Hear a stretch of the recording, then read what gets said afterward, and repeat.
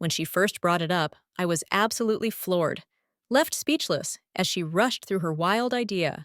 I stood there, barely processing her words, as an absurd thought flickered through my mind. Could I actually go through with something like this? That notion didn't last long, though. It crumbled almost as quickly as it had appeared, dismissed by the sheer ridiculousness of what she was asking me to do. You owe me! No backing out now, she insisted, her eyes gleaming with challenge. Besides, we both know it's only a matter of time before you become a full-time woman, so why not see this as your biggest, boldest test yet? Oh, sure, I muttered sarcastically. And I get to be the grand prize when it's all over. Can't wait to see how that goes. Still, I let her walk me through the plan one more time. I didn't interrupt, too stunned to do so, even if I wanted to. The whole thing sounded insane. But when she finished, she simply told me to think it over and left. I stood there a moment longer, smoothed out the hem of my skirt, and wandered over to the hallway mirror. The reflection staring back at me was all too familiar, yet somehow foreign in that moment. My chestnut hair was lightening with the dye, inching toward honey blonde. Soft blue eyes looked back with hesitant curiosity. With the help of a well-worn waist cincher and expertly placed breast forms, my figure read unmistakably feminine. Standing at about 5'10" in heels, I passed easily in public. My facial features had always leaned toward the delicate side, no sharp jawline, a petite button nose, and lips shaped into a gentle Cupid's bow, accentuated with lipstick. My breasts filled an A cup, just enough to be believable, split half and half between what nature gave me and the silicone that filled in the rest. The idea Haley had proposed was undeniably insane, yet the more I replayed her words in my mind, the more I felt pulled toward it. She wasn't wrong about it being the ultimate test, something that could define me. But if it went wrong, it could very well be the biggest regret of my life. Trying to distract myself, I grabbed my purse and headed out to dinner. I'd hoped for a pleasant meal, a bit of peace to quiet my thoughts, but they followed me like shadows. Every bite was heavy with indecision. I rushed through dinner, barely tasting anything, and paid quickly. The drive to Haley's place wasn't long, just a few miles through sleepy neighborhoods, until I pulled up in front of her apartment and rang the bell. Tyler, her boyfriend, opened the door with his usual scowl. "Hey, Tyler," I greeted flatly. "Yeah, whatever. Guess you better come in," he muttered, stepping aside. When Haley appeared, she rushed into my arms with a tight hug. We didn't linger inside. We headed straight out into the evening air to talk in private. "You've really got to ditch that guy, Haley. He's a certified jerk." She exhaled sharply. "He's still sore about the time he made a move on you and didn't realize you were, well, you. He flipped when he found out. I mean, seriously? We all went to high school together. He's never been the brightest bulb. I'm starting to get that. I've been meaning to dump him anyway, but now with you involved? Oh no, don't even try it. You wait till I'm out of the picture. Otherwise, he'll think I put the idea in your head." She smiled faintly, but nodded. "So? Have you decided about what I asked?" "I'll tell you tomorrow," I said, keeping my tone unreadable. "Why don't you come over around 10? I'll make brunch." I walked home that night along the sidewalk, lit by the soft glow of streetlights, hoping against hope she'd come to her senses about Tyler. He was a small-minded bully, the type who made up for his lack of brains with arrogance and volume. I'd despised him ever since he'd drunkenly cornered me at a party, clearly trying to hook up. I turned him down without hesitation, but when he later found out from Haley who I really was, he went ballistic. Somehow, despite all that, they ended up dating, and ever since, I'd been hoping their flame would fizzle out. Dressing as a girl wasn't a phase for me, it was something I had done in secret since childhood. When Haley discovered the truth, she didn't shame me. Instead, she helped. I was 15 when she first encouraged me to venture out in public. At first it was terrifying, but I trusted her. We picked out outfits, did makeup together, and she brought me along to parties as her plus one. No one ever suspected. The first few times were nerve-wracking, but eventually her friends just assumed I was another one of her girlfriends. I blended in so well, nobody ever questioned it. The moment everything changed was just before we left for our second party together. I was fully dressed in a sleek mini dress, subtle makeup, my hair pinned into a bun, looking the part and feeling ready. Then Mom saw me. Her reaction was swift and full of confusion. We ended up sitting down and talking through the whole thing. She was shocked, sure, but also taken aback by how convincingly feminine I looked. She even admitted I looked just as good as Haley. She let me go to the party that night, but the next morning she wanted answers. Real ones, detailed ones. I met her in jeans and a tee, no makeup, hair down, but I still wore the bra with the breast forms underneath. A quiet signal of what I felt inside. I was 17 then, 5'7", maybe 120 pounds, with long, dark brown hair. Haley and I were nearly the same size. She stood just an inch shorter and 10 pounds lighter, so borrowing clothes was never a problem. And somehow, through it all, I started to realize that maybe this wasn't just dress up anymore. Maybe this was who I really was. I had always assumed Mom knew. After all those years of dressing up and going out with Haley, it just didn't make sense that she hadn't figured it out. So when she finally asked what was going on, I was taken aback.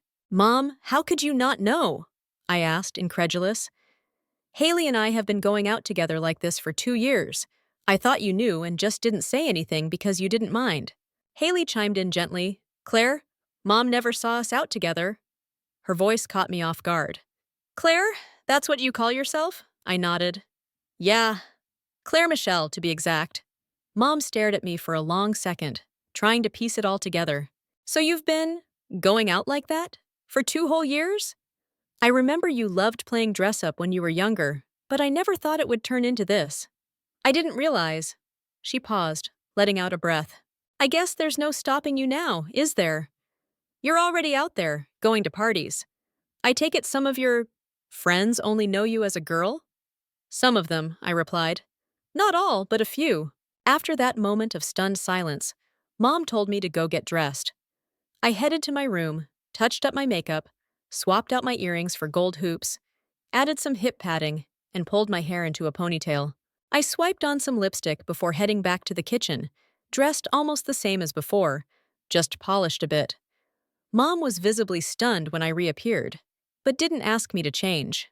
She simply told me to stay as I was, Claire, and Haley and I ended up helping her around the house like we always did. Later, we collapsed on the couch, ready to unwind, but Mom had other plans. She wanted to see for herself how I handled being out in public. She announced that the 3 of us were going out to dinner, her and her 2 daughters. Haley wore a classy blouse with a flowing skirt, and I wore a tea-length skirt paired with a tailored jacket and soft pink blouse. During dinner, I caught Mom watching me carefully, as if trying to gauge whether the world around us saw what she was seeing.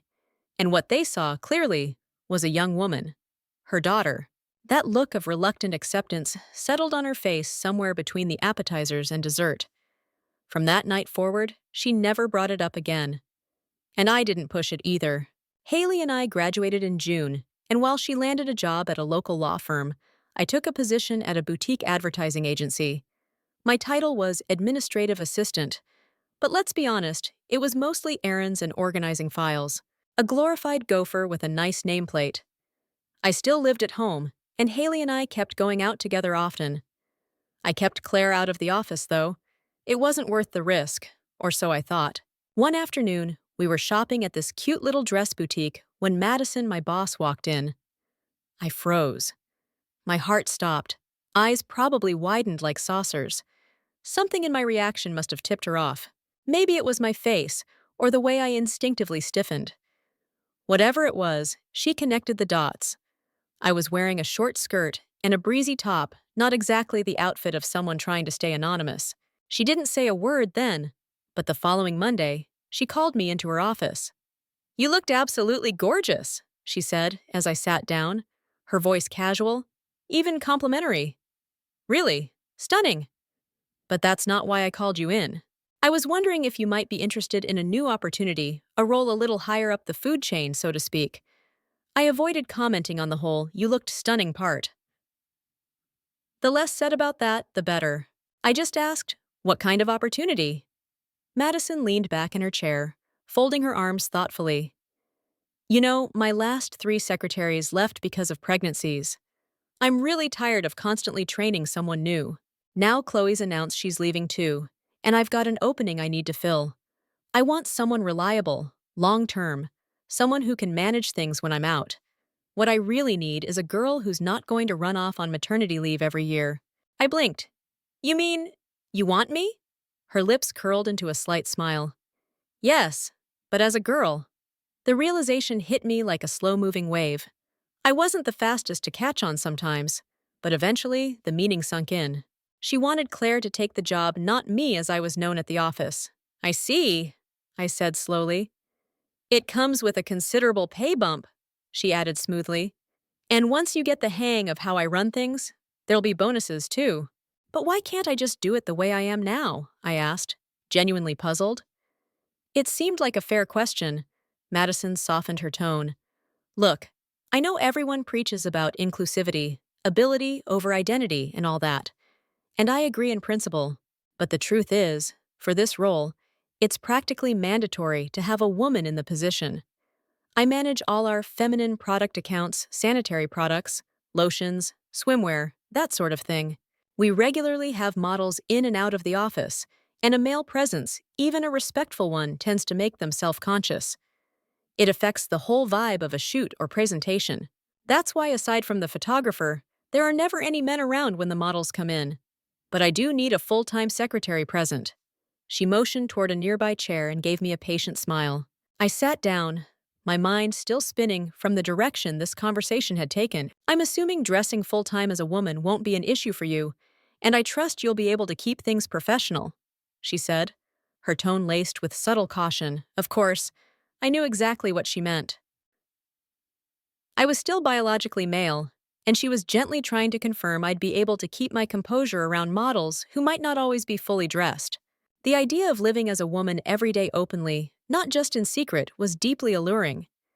It was something I had fantasized about more times than I could count, but I'd never actually done it. The longest I'd ever stayed in character was the week right after Mom had found out about me. Even then, I was in the comfort of home, not in the spotlight of a professional office. I studied Madison's face, trying to see if there was any hint of mockery or manipulation in her expression. But all I saw was businesslike resolve. "What name should I use for you?" she asked, tilting her head ever so slightly. This was it, the point of no return.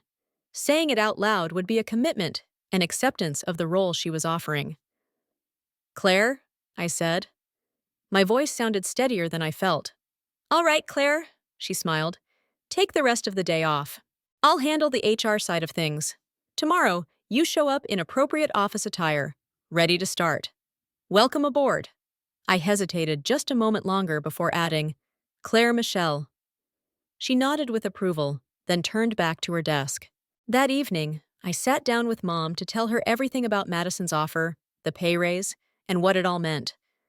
I promised her I wouldn't take the job if she had serious objections, but she barely blinked. Instead, she gave a little laugh and said, "You might as well go for it, sweetheart. You're always slipping into a skirt the moment you get home anyway." Later over dinner, I told Haley. Her reaction wasn't surprise, it was satisfaction.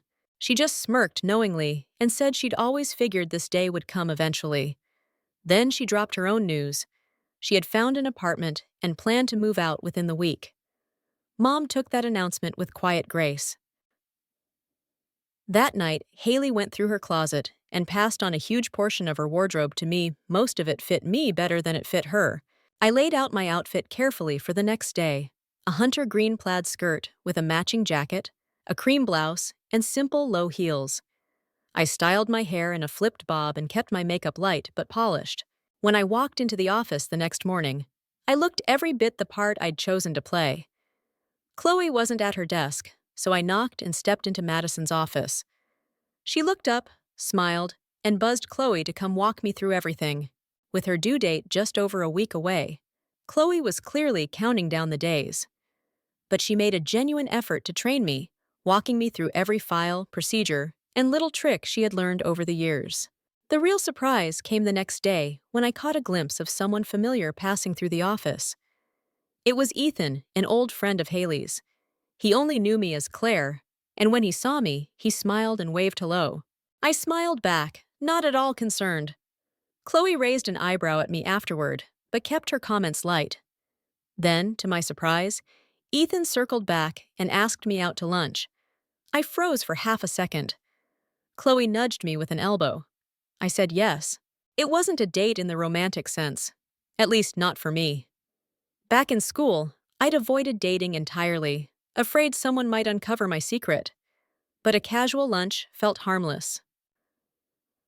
Ethan was a year older, just breaking into the ad world as a salesman. That's why he'd been in our office. He was looking for work. I might have helped him if I felt more confident in my standing at work, but I wasn't about to risk my delicate new role. When I got home that evening, I found a note waiting for me. Haley had moved out. She left her new address and number. I changed clothes, slipping into jeans and a t-shirt, and bumped into Mom as I reached my room. "I was just straightening up," she said casually. "Haley left a bunch of her things for you." "Thanks, Mom," I replied, peeling off my jacket and skirt. "Oh, and Tyler moved in with her," she added with a hint of disapproval. "Did you know that?" "No, she didn't tell me anything." Mom folded her arms. "I don't like that boy. There's something mean in him Haley just doesn't want to see. I'll talk to her," I promised. The next day, I called Haley at her office. I tried to explain that both Mom and I were worried, but she didn't take it well. She told me we didn't understand and said Tyler had an inner light that only she could see, then hung up before I could respond. By Friday, Chloe had officially left, and I was the new secretary fully and comfortably in place, both in my job and in my identity as Claire. Madison must have worked some magic with HR, because when I received my first paycheck, it was made out to Claire. I couldn't deposit it, of course, since that wasn't the name on my bank account. When I mentioned it to Mom, she simply suggested adding Claire to the account as a joint holder. It was such an elegant solution that I felt silly for not thinking of it myself. The next morning, Mom came with me to the bank. We added Claire to the account and ordered a new batch of checks with only my chosen name printed on them. Simple as that, Claire became financially real. Weeks passed, and I found myself settling into my new life with ease. I started laser treatments to permanently remove my facial hair 4 hours a week in a clinic chair and kept up with weekly nail appointments. Typing all day was rough on my nails, but I made it work. Bit by bit, my wardrobe grew, and what little remained of my old male clothes got pushed farther back into the closet then, eventually, into boxes in Haley's old room. Mom, though still clearly wrestling with her thoughts about why I wanted to live as a girl, rarely said anything directly. But there were moments quiet, passing glances when I caught her just watching me, her eyes full of questions she never voiced. We had learned to coexist with that silent tension, sidestepping it like a crack in the floor. There were occasional slip-ups, of course, like the time she walked in on me wearing nothing but panties. She didn't say a word, but her expression said everything. I had been on birth control since high school, and while they hadn't had much effect at first, over time I'd begun to change. I'd gained some natural shape in my hips, developed a light curve to my chest, and my body hair had all but disappeared. That morning, I'd been padding less, relying more on what I had naturally, and Mom's reaction to how I filled out my underwear, especially the slight swell of my chest, was unmistakable. I quickly covered myself, but the damage was already done. Neither of us ever brought it up again. Not long after, I went to a doctor and was prescribed more effective hormones. The changes started coming faster after that. Around the same time, Haley called and asked me to come over for dinner. She had something she needed to talk about. I agreed and went to her place, where, as luck would have it, I found myself face to face with Tyler again. Our silent animosity hadn't softened with time. After he slunk off, I told Haley, point blank, that the guy was a total jerk. She nodded and sighed, saying she was finally planning to kick him out. That's when she brought up Lauren. "Lauren arranged this whole thing, right? Fancy dinner, big party, and then she goes and breaks her leg in 4 places," Haley explained, rolling her eyes. "She's going to be in a cast for months, followed by a year in a brace. No way she can attend." "So?" I asked, still waiting for the point. "So she asked me to help her find someone who could take her place. And of course, I thought of you." "Hold on, back up. What exactly is this thing? Some kind of dinner dance?" "Exactly," she said, a little too quickly. You're hiding something, I said, narrowing my eyes. You always do that twitchy thing when you're hiding something. Remember? All right, she confessed, holding up her hands. It's a huge formal party thrown by that singles club Lauren's part of. Elegant gowns, tuxedos, champagne, the whole 9 yards. It's just that the escort system is by blind draw. Lauren has no idea who her date is, and neither does the guy. Let me get this straight. You want me to go in Lauren's place? Pretend to be her? No! That's the thing, you won't be going as her. You'll be going as yourself. I paused. Then what's the catch? She bought this stunning dress, and she wants you to wear it. And? She also volunteered to help, well, encourage the guys to loosen up a little. You know, set the mood. I stared at her.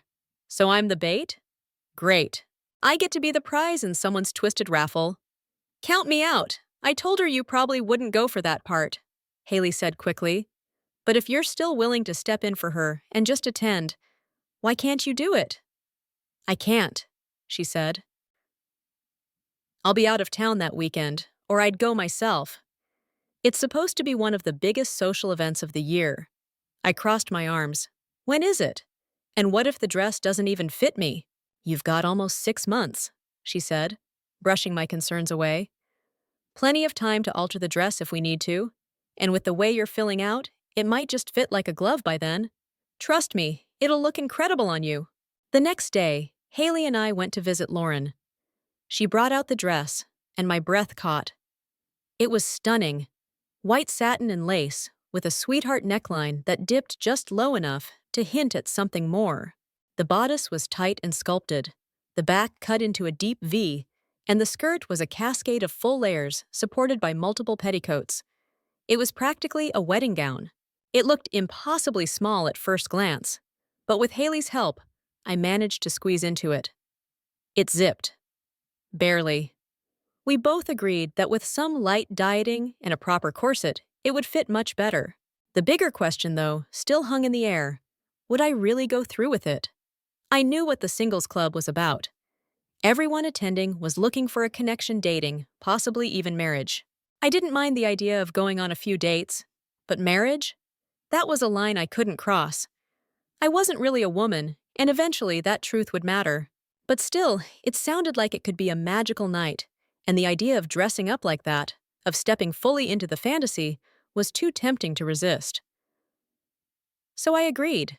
I left Lauren's apartment with that gorgeous dress folded carefully in the back seat of my car. Later that evening, Mom helped me try the dress on again.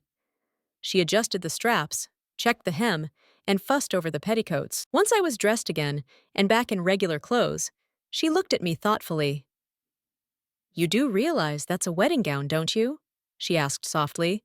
Are you sure they're telling you the whole story? How could they possibly expect me to marry some random guy at a party? I scoffed. That's insane. Especially since you're not really a woman. She finished for me. Not yet, anyway. Exactly. Over the next 2 months, the changes in me became more and more pronounced. My beard was finally completely gone. My chest filled out even more, brushing the edge of a B cup. One afternoon, Haley, Mom, and I went shopping for the right underthings to go with the dress. Everything had to be white, lacy, and elegant lingerie that would hold me tight where needed, smooth out what little remained of the old me, and make the dress fit perfectly. It wasn't just about beauty, it was about transformation, and I was more ready than I had ever been. We went to Macy's boutique, where the trip turned into something far more intense than I expected. I had picked out the pieces I thought would work: a few bras, a garter belt, satin panties, and a white corselet. But trying them on with both Mom and Haley, standing right outside the fitting room, was a whole other experience. Their commentary, their glances, it made me feel exposed, yet oddly accepted in a way I hadn't anticipated. When we left the store, I was carrying a bag filled with delicate white lingerie, smooth satin panties, a structured garter belt, a body-sculpting corselet, and 3 new bras to match my growing figure. My body had changed so much that I needed them, and that realization sent a private thrill through me. After we dropped Haley off, Mom and I went back home. I headed straight to my room, closed the door behind me, and turned the lock. Standing in front of the mirror, I stripped out of my clothes and looked at myself. The truth stared back. I had the body of a girl more and more every day, but one thing still held me back. Even though I had always tucked carefully and discreetly, there were moments, especially when I sat down wrong or moved too fast, where pain would shoot through me unexpectedly. When I was alone, I could adjust things. At work, though, that wasn't always an option. And with the party fast approaching, with that glorious gown waiting for me, I decided that I couldn't keep going like this. I wanted to feel real, look real. Even if no one else ever saw the truth underneath, I would know. And that meant making sure I didn't just look the part, but felt the part too. I took out the small box I had hidden away, a kit I'd assembled over time, complete with supplies and an instruction sheet I had downloaded from a discreet website. Working in front of a mirror was no easy task. I fumbled, struggled, grew frustrated trying to hold everything in place while handling adhesive. I finally understood why the guide recommended having someone else help. Doing it alone was a near impossible feat. As I sat back, defeated, I debated who I could possibly ask. Haley was out of the question. A doctor? Too expensive, which left one person, Mom. But how do you ask your mother to help you disguise your body? How do you bridge that kind of intimacy? I decided not to bring it up directly, not at first. I would gauge her reaction first, and only ask if I felt safe enough to do so. Meanwhile, life at work was flowing smoothly. Madison never once brought up what she knew about me, or what she might have guessed. Everything remained professional. I learned that Ethan had officially been hired. We ran into each other occasionally in the hallway and exchanged pleasantries, but nothing more. That didn't stop the other women in the office from speculating. They were convinced Ethan had a thing for me. I insisted otherwise, but my wide-eyed protests only seemed to make them more certain. As the night of the party loomed closer, I finally found the nerve to talk to Mom. Sitting beside her at the kitchen table, I showed her the instructions, explained what I needed done, and was about to explain why when she simply said, "I know." Just like that, no judgment, no awkward questions, just quiet understanding. She read the instructions carefully, stood up, and motioned for me to follow her. I did. Back in my room, I stripped and lay down, heart pounding. Mom got to work. She didn't speak as she moved, just followed the guide with a gentle, practiced calm that made the whole experience easier to endure. It took about half an hour. Then she stepped back and told me to stand. The tension I had carried for years, physical, emotional, was gone. I looked down and saw nothing that would betray me. Just smoothness, just a soft patch of hair. For the first time in my life, even in complete nudity, I looked like a girl. Fully, completely. You'll need to test it in the bath, Mom said simply. Make sure everything holds. If it doesn't, I've got the solvent, and we can try again. It held. Every movement, every stretch of skin felt natural, effortless. I got dressed, each layer of clothing sending a shiver through me. I felt light. I felt right. That night, something shifted between me and Mom. We never spoke about what she had done, but something unspoken settled in. She no longer saw a son playing dress-up. She saw her daughter. 2 days later, we had a handful of models in the office for a test shoot. They were trying out new poses and wardrobe pieces for a campaign, and it was controlled chaos. Then, mid-morning, Madison approached me quietly. "Claire," she said in a soft voice, "just between the two of us. One of the girls didn't show, and we need someone to fill in. Would you mind?" She leaned in slightly. "Can you do this?" "No. Complications?" She held up the tiniest bikini I had ever seen. Red and white stripes with little stars on the bra cups. It looked like it belonged to a fireworks-themed beach party. "It's just for layout planning, lighting setups, so the photographer can get the angles the client wants," she explained. I nodded, swallowing the knot in my throat. "I'll do my best." I took the bikini behind the curtain, undressed, and slipped it on. It hugged me perfectly. There were no signs, nothing to hint at who I used to be. I stepped out barefoot and heard Madison catch her breath. The photographer nodded approvingly and guided me into position. The camera clicked, flashes burst. He posed me again, then again. At the end, Madison asked him to take a few solo shots of me. I obeyed, posed, smiled, then went back behind the curtain to change. Afterward, he snapped a few pictures of me in my office wear too. Madison and I returned to her office in silence. We didn't say a word, but something hung between us now in invisible recognition, quiet and profound. I was on cloud nine after the photo shoot. Wearing that bikini had been a dream I never truly believed I could pull off, not without raising eyebrows or questions. Yet there I had been, front and center, under the studio lights, posing like I belonged.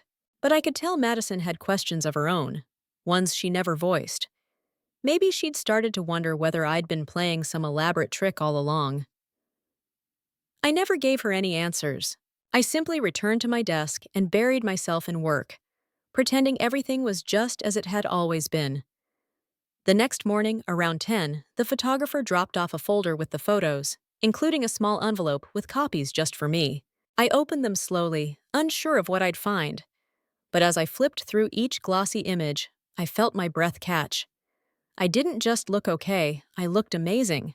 Better than I ever imagined I could. Later that night, I showed the pictures to Mom. She gave a long, thoughtful sigh, and then, perhaps against her better judgment, murmured that I looked every bit as lovely as the other girls. I noticed, though, that she didn't hand the pictures back. Quietly, without making a fuss, she tucked them away. I'm fairly certain that was the beginning of her private album. There was only 1 week left before the big dinner party I had agreed to attend in Lauren's place. Mom had made a few adjustments to the gown so it would hug me more naturally, and I had a salon appointment lined up for the morning of the event. Everything was coming together, and I felt genuinely good about how I looked in that breathtaking dress. Haley and I met Mom for dinner that night, and that's when she told us the news Tyler was gone, for good this time. Then, to my absolute horror, she pulled out the bikini photos. "Holy hell, girl!" Haley burst out, her jaw practically hitting the table. "You look amazing!" But, wait, is there something you want to tell me? Like what? I asked innocently, a little too innocently. Well, for one thing, I don't see any hem bulges where they don't belong, so... Mom stepped in without missing a beat. Something was done. Not what you're thinking, but enough. And clearly, it worked beautifully for Claire. I'll say. Damn, girl! You've got a better body than I do. Whatever you're doing, I want in. I grinned. It's nothing magical. I watch what I eat, hit the gym on Tuesdays, and walk a lot. It was true I had dropped down to a lean 115 pounds, and between my natural curves and the hormones, I didn't resemble my old self in the slightest anymore. My confidence was blooming. I was no longer afraid of being found out. Hearing Haley speak to me like I was just another woman sealed it for me. She didn't see me as her brother anymore. I was her sister now. Truly. After dinner, Haley said goodnight and headed home. Mom lingered, watching me thoughtfully. Claire? Yes? Have you given any thought to completing your transition? I have, I admitted. But the surgery is expensive. My insurance won't cover it unless I've been on the payroll for at least a year. What about legally changing your name? Shouldn't that come first? I've thought about that too. Just haven't gotten around to it. Well, she said, standing up with new purpose, I'll call Charlie tomorrow and have him start the process. You'll probably need to appear in court, but it should be quick. And with that party coming up, well, what if you meet someone? I laughed. Mom, come on. What would I even have to offer a guy? A warm hug? She shook her head with a smirk. That's an awfully small way to look at yourself, Claire. You're an incredible girl, smart, kind, beautiful. If not at the party, you'll meet someone someday. And let's not forget, most real relationships take time. Courtships can last for years. You've got all the time in the world to become whoever you want to be. Dating, intimacy, relationships, they weren't even on my radar. Sure, I sometimes dreamed of falling in love, even of being someone's wife someday. But those were just fantasies. I didn't believe they were meant for someone like me. Still, later that night, lying in bed, I let my hands drift across my body, tracing the curve of my breasts, the taper of my waist, the rise of my hips, the smoothness where once there had been something else. I felt every inch of myself. I had never dared to touch myself before. I thought it wouldn't work, that it would feel wrong.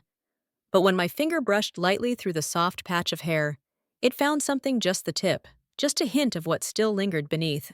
I hadn't touched it in weeks, but that single spark ignited a wave of ecstasy so intense it left me breathless. I explored further. A second touch, a deeper sensation, and the pleasure returned shocking, overwhelming. I didn't understand why it worked like that, but I made a mental note to ask the doctor during my next visit. For now, though, I let myself enjoy the discovery. The next day, Madison said little about the photo shoot. Her only comment was a brief, professional, "You looked incredible in that bikini." Around 2 in the afternoon, Charles from the law firm called and told me I had a court appointment the next morning at 11. I made arrangements with Madison to take the time off. The hearing itself was quick. The judge asked me to rise, looked me over once, then signed the order. Just like that, Claire Michelle was legally born. Within the hour, I had 4 certified copies of my new name, one of which I handed to Madison upon returning to the office. She nodded and assured me she'd update the records. That Friday after work, I came home and changed into the new white lingerie we'd so carefully chosen, smooth satin, lace, the delicate embrace of femininity in every strap and seam. Mom helped me step into the dress one final time. Fully dressed, from the inside out, I stood in front of the mirror and saw a dream realized. For the first time in my life, I didn't just feel like a girl, I felt like a princess. The delicate baby blue bows sewn onto the sheer chiffon overlay of my skirt made me feel like I'd stepped straight out of a storybook. But it was the snug, embracing feel of the white corselet around my waist that truly grounded me, reminded me I wasn't just playing dress-up anymore. I was living it. I was her. Mom walked in, holding out a letter. "This came for you today." Inside was the official invitation to the event, along with a folded note containing the name and photo of my escort for the evening. I gasped. It was Ethan. I held up the picture so Mom could see. She smiled faintly, said nothing, and helped me step out of the dress so we wouldn't wrinkle it before the big night. The next morning, I headed to the salon early. I knew it would take hours, and I wanted every minute of it. I had requested the full treatment: waxing, hairstyling, nails, makeup, the works. This was a once-in-a-lifetime event for me, and I wasn't going to let anything get in the way of feeling completely beautiful. The waxing came first, and though I had steeled myself, nothing could have prepared me for the pain.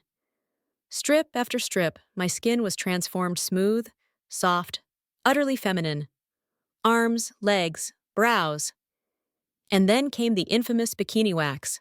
I flinched, whimpered, but I never complained. This was the kind of pampering I had promised myself for years. I was determined to savor every moment, even through the tears. After that, my hair was trimmed and styled into an elegant Gibson bun. A few soft tendrils framed my face, falling in delicate spirals to my shoulders. The style elongated my neck and gave me the regal, polished look I'd always dreamed of. The makeup came next, subtle, airbrushed, enhancing my features without drowning them. My nails were lengthened and painted a shimmering pale pink, sealed under several layers of glossy, clear coat. When I finally stepped out of the chair, I hardly recognized myself. I didn't look like someone trying to be a girl. I looked like someone who had always been one. That afternoon, after a light lunch, I took a long, fragrant bubble bath. I let my body sink into the warmth, smoothing lotion across my freshly waxed skin, every nerve still tingling from the transformation. By 4 o'clock, it was time to begin dressing. On the bed lay the high-cut satin panties, pristine and white. I wrapped the corselet around my torso, hooked it in front, then tightened the laces in back, pulling my waist in to a graceful 24 inches. Next came the sheer stockings, followed by the panties.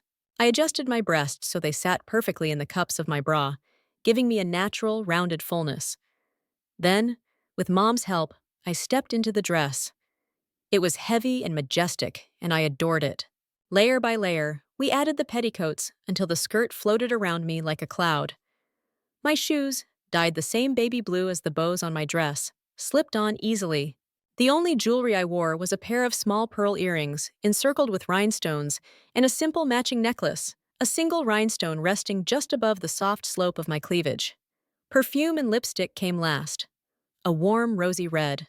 I took a breath, trying to steady my nerves. Mom handed me a dainty clutch, smiled, and opened the bedroom door. I stepped out carefully, heels clicking against the wood floor, cautious on the stairs. I had no intention of mimicking Lauren's fictional accident. As I entered the family room, expecting to wait alone for Ethan, I stopped dead in my tracks. "You look like a dream," Haley whispered. Lauren and Haley were standing there, both in evening gowns that rivaled mine. I blinked in disbelief. "Lauren? But your leg, the cast, I saw it." Lauren smiled, but Haley stepped forward. "Claire, this was all my idea. You wouldn't have agreed to go otherwise, so I had to be a little creative." "You set me up?" "Well, yes. Ethan has had a thing for you since that party at Brooklyn's. He's just too shy to make a move. He told Logan, who told Lauren, who told me. When this event came up, I knew it was perfect. We just needed to get you there. So, we faked the injury and the dress. It was never Lauren's. Mom and I bought it for you," Haley admitted. "We knew you wouldn't take it unless it came with a story." That's when Beth, Lauren's friend, suggested the cast. "We figured that if Lauren couldn't go, you'd say yes. And, well, you did. So this whole thing is about me and Ethan?" I asked, trying to keep the emotion out of my voice. "Kind of," Haley said, clearly unsure if she'd gone too far. "Wait, does Ethan know? If he's in on this, I swear he's not." Lauren interrupted, laughing. "He was set up just like you were. Logan made sure of that. All he has is your address. No name, nothing else. But I got a letter with his picture." "I sent that," Lauren said, grinning. "One of you had to know something, and Ethan wasn't an option." Just then, the doorbell rang. Mom opened it. And there he was. Ethan, standing in a perfectly tailored black tuxedo, polished shoes, his hair neatly combed. He looked every bit the prince from a fairy tale. His eyes landed on me, widened, then darted to Haley and Lauren in confusion. "Mom!" Haley said cheerfully. "This is Ethan. Ethan, meet our mom. And of course, you know Lauren, I thought, wait," Ethan stammered. "Douglas," Mom said smoothly, stepping in like a stage director. "You and Claire stand right here so I can get some pictures." Click. Flash, click. After the photos, Mom ushered us toward the front door. A black limo was waiting. Ethan offered his arm, and I took it. The fabric of his jacket smooth beneath my fingertips. As the driver pulled away from the curb, Ethan looked at me, still half in shock, and let out a crooked grin. "Well, looks like we've both been set up." "Apparently so," I said with a smile. "They must think we make a good couple." I looked out the window, heart racing, then turned back to meet his gaze. "Maybe we do." "You're not mad, are you?" "I almost called the whole thing off," I admitted, my voice small but sincere. Ethan shook his head with a smile, then gently took my hand in his. "Claire, I'm glad you didn't. I've wanted to ask you out for so long. I just never had the courage. But tonight," he paused, squeezing my hand. "You're absolutely stunning, Claire. And I'm beyond lucky to be your escort." There was a softness in his voice that wrapped around me like a warm blanket. Every word, every gesture made me feel cherished. It was the first time I'd ever felt truly wanted by someone, not just accepted, but wanted. At the party, we danced every dance, rarely straying from each other's arms. Neither of us could eat much. Nerves and excitement made dinner seem secondary. Ethan's soft brown eyes stayed locked on me nearly the entire evening. His gaze didn't roam or wander. He only saw me, and I found that incredibly intoxicating. His touch was gentle, his voice low and sweet like a whisper. And the way he held me, it wasn't just affection, it was reverence. He made me feel beautiful, not just on the outside, inside too. I felt like the fairy tale version of myself, and he was the prince I hadn't dared hope would show up. Not once did he step out of line or make me uncomfortable. Still, a part of me had wondered if he'd try to kiss me, and when he didn't, not during the dancing, or when we left, I almost convinced myself he wouldn't. But then, as soon as we were inside the limo, he turned to me without hesitation. His arm wrapped around my waist, pulling me gently toward him. His lips brushed against mine, slow and tender, and my body melted into his. My arms circled around his neck as his mouth opened against mine, his tongue seeking mine. I responded without thinking. Then, his hand found my breast. I gasped, but didn't stop him. His fingers kneaded softly, sending little shivers down my spine. Breathless, he pulled away with a wide grin. I think we waited too long. Maybe not long enough, I teased. Pretty sure you just checked out my tonsils, he chuckled. Well, I was a straight-A student in biology. I'm pretty sure I've got the anatomy part down. If you don't, you're learning fast, I said, grinning back. He leaned in closer. Only with you, Claire. Can I see you tomorrow? Maybe take you out again? I nodded, my heart fluttering. I'd love that. When we reached my front door, Ethan pulled me into his arms again and kissed me slow, deep, and full of the promise of something just beginning. I stepped inside with my legs weak, head spinning, heart soaring. It had been the kind of night I never dared dream I'd have, and the man who gave it to me was someone I'd known nearly all my life. He didn't know the person I used to be, but that no longer mattered. I was Claire. I was a woman. And Ethan was the man who saw that clearly. I had to wake Mom to help me with the dress. Once it was off, I floated to bed, the scent of his cologne still clinging to me, the taste of his kiss lingering on my lips. I dreamt of Ethan that night, his touch, his smile, his laugh, and woke feeling like someone reborn. I pulled on a pair of shorts and a top and padded out to the kitchen, drawn by the smell of coffee. Mom was already up. Have a nice time, dear? It was wonderful, Mom. Ethan is… he's… I smiled shyly. We had a good time. She nodded knowingly. He's very handsome, and the two of you made a lovely couple. You and Haley set me up, though. Why? Mom gave a small laugh. Because, Claire, you're such a lovely girl, but you never seem to see it. It felt like you needed a little push. We just gave you the chance to experience something you might never have reached for on your own. A man holding you, cherishing you, maybe even more. But it wasn't going to happen unless someone helped. So we helped. I reached across the counter and took her hand. Thanks, Mom. I think you're right. After hiding how I felt for so long, it became habit. Even after I started going out with Haley, I still played it safe. But now that I'm living as Claire every day, you were right. It was time. Did we pick the right guy? Oh, Mom, you couldn't have picked better. He's wonderful. We cleaned up breakfast together. Then I went to change.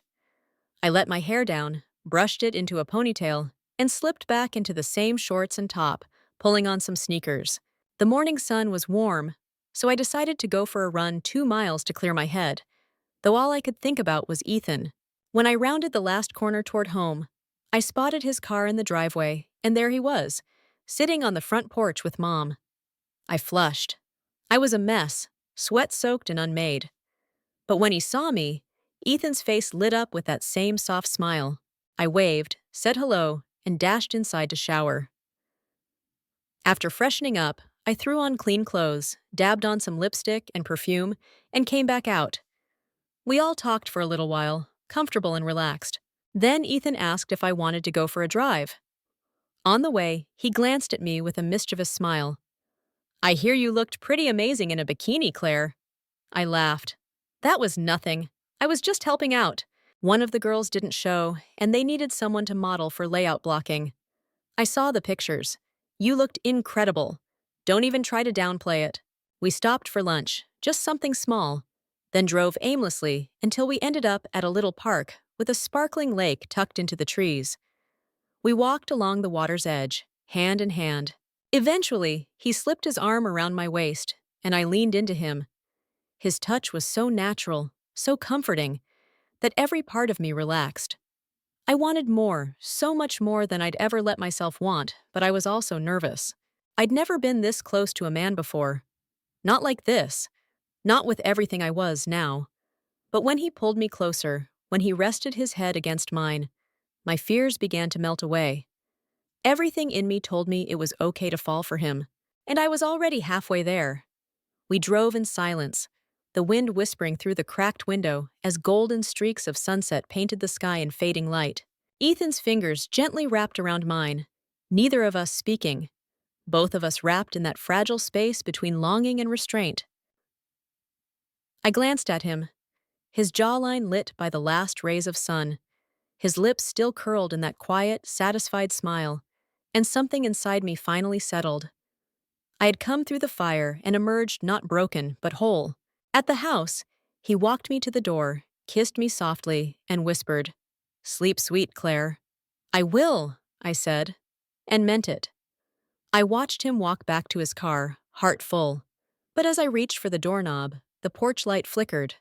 Once, twice. Then held. The house was dark inside. Too dark. "Mom!"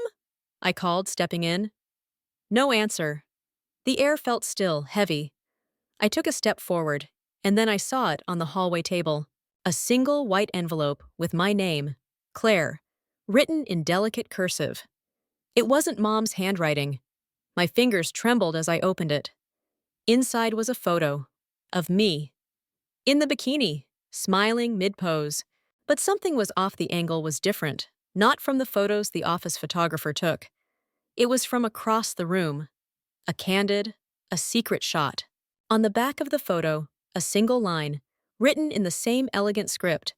"You're even more beautiful when you don't know I'm watching." There was no signature, just silence.